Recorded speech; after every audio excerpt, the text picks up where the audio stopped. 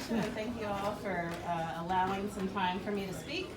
My name is Amelia Parker, and I grew up in Knoxville, grew up in South Knoxville, graduated from the schools in South Knoxville, went on to the University of Tennessee, where I also received my bachelor's before going on to law school in Washington, D.C. I came back to Knoxville to work for a statewide group called SOCM, Statewide Organizing for Community Empowerment, previously known as Save Our Cumberland Mountains, doing rural organizing throughout Tennessee.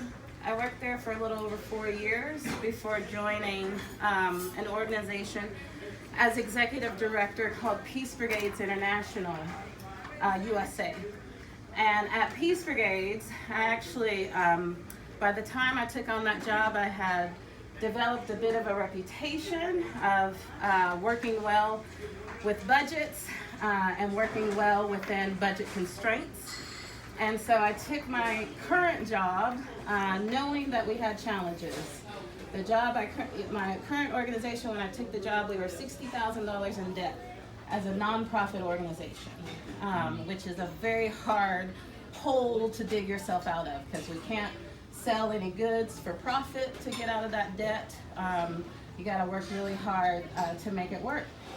And it only took us a couple of years under my leadership to resolve our $60,000 of debt. And today, 5 years later, not only do we have no debt, we have 3 months of a cash reserve. So I tell folks that story just so that you have a little bit about my background, a little bit about my commitment to fiscal responsibility, and a little bit of what you can expect from me if elected to city council. That's also my kind of brief bio, but one thing I wanted to do, because there's been a firestorm of inaccurate reporting, let's say that, about me over the last several days, and I wanted to address it directly with this group because I'm okay if folks are, critical of any of my positions or any of the work that I've done, but having lies told about you is not a very fun thing. So just a few things.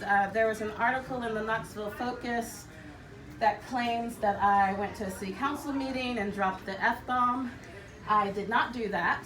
That was not me. I've never dropped an F-bomb at the city council meeting. But that was another woman who had attended the same meeting that I attended that day.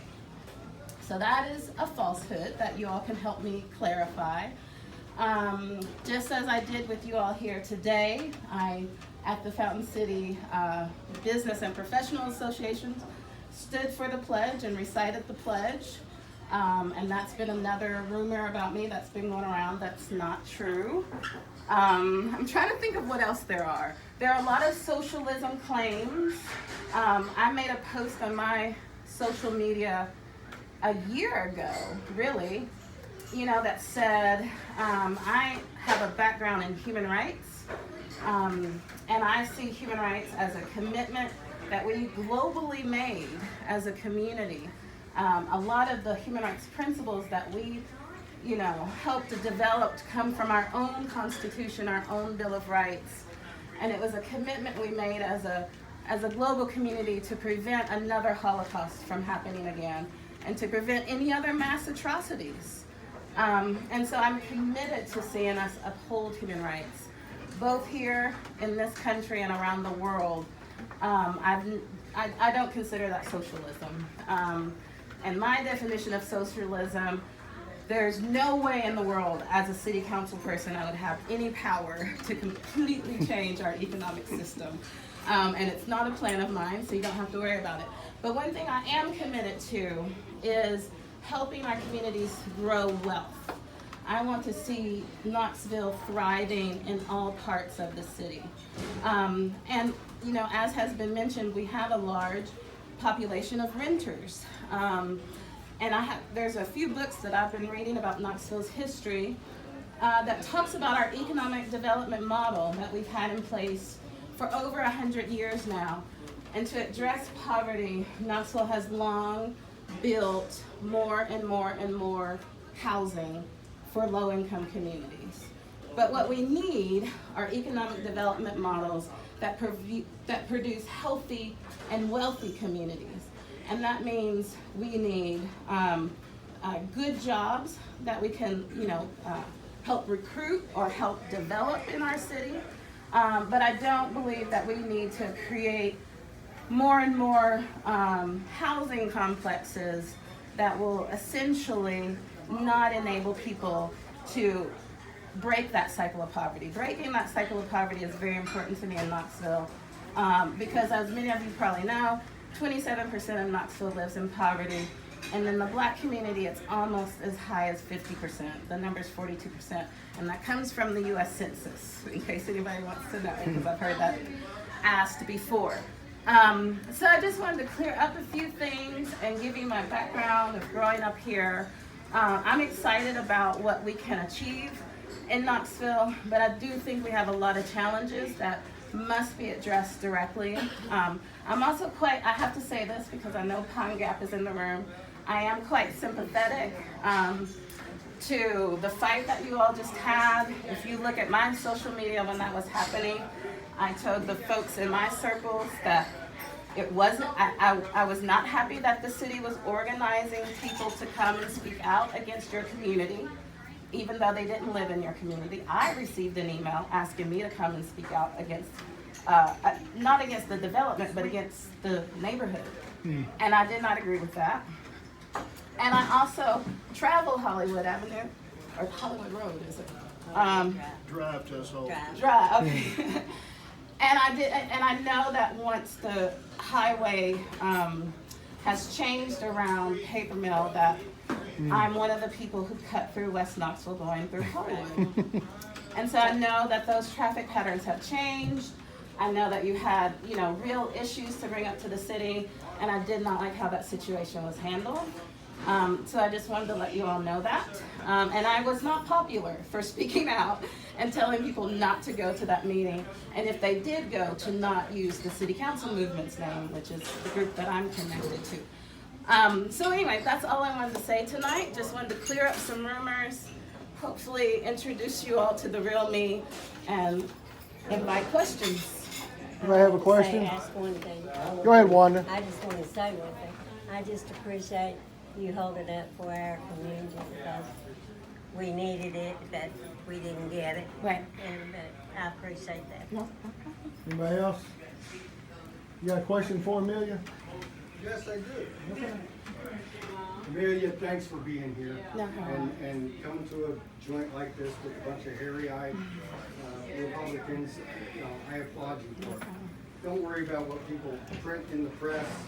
We all know the press is what it is. Current occupancy rate for affordable housing units in Knoxville is not at 100%. Right. Again, one of the mayoral candidates is dedicated to spending more tax money than we're collecting right now for affordable housing in Knoxville. And I think you hit on a very interesting point. I'm a student of how government spends its money. Affordable housing it's a racket. It has been forever and ever. We do need to put people in homes they can afford so that we're not subsidizing them, and they need better jobs. Tennessee's unemployment rate is the lowest it's been in forever.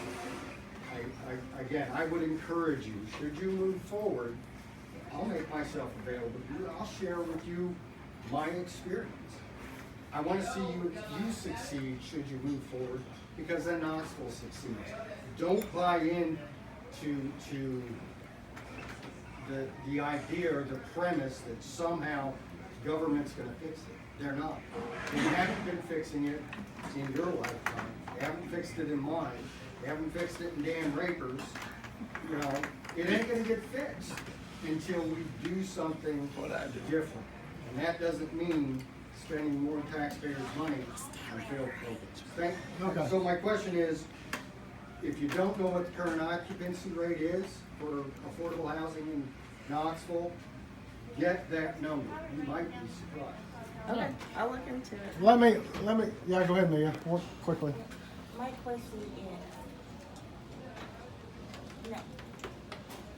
there's another side of affordable housing that is a problem as well. People may be able to afford to live somewhere, but they can't afford KUB. Right.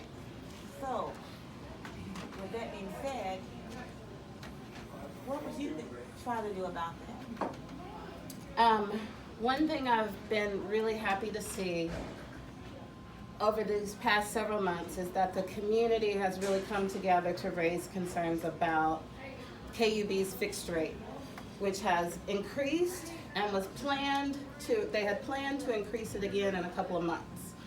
But there has been so much pushback, so much criticism, that they've decided to either postpone or cancel the increase. So that is something that we have to continue to monitor.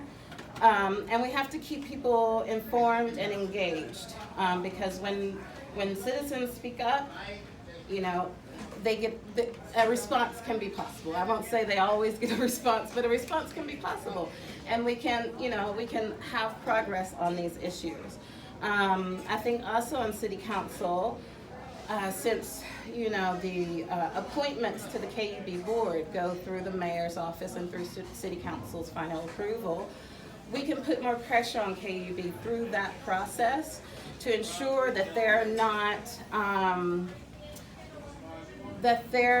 not planning a continual hike of those fixed fees.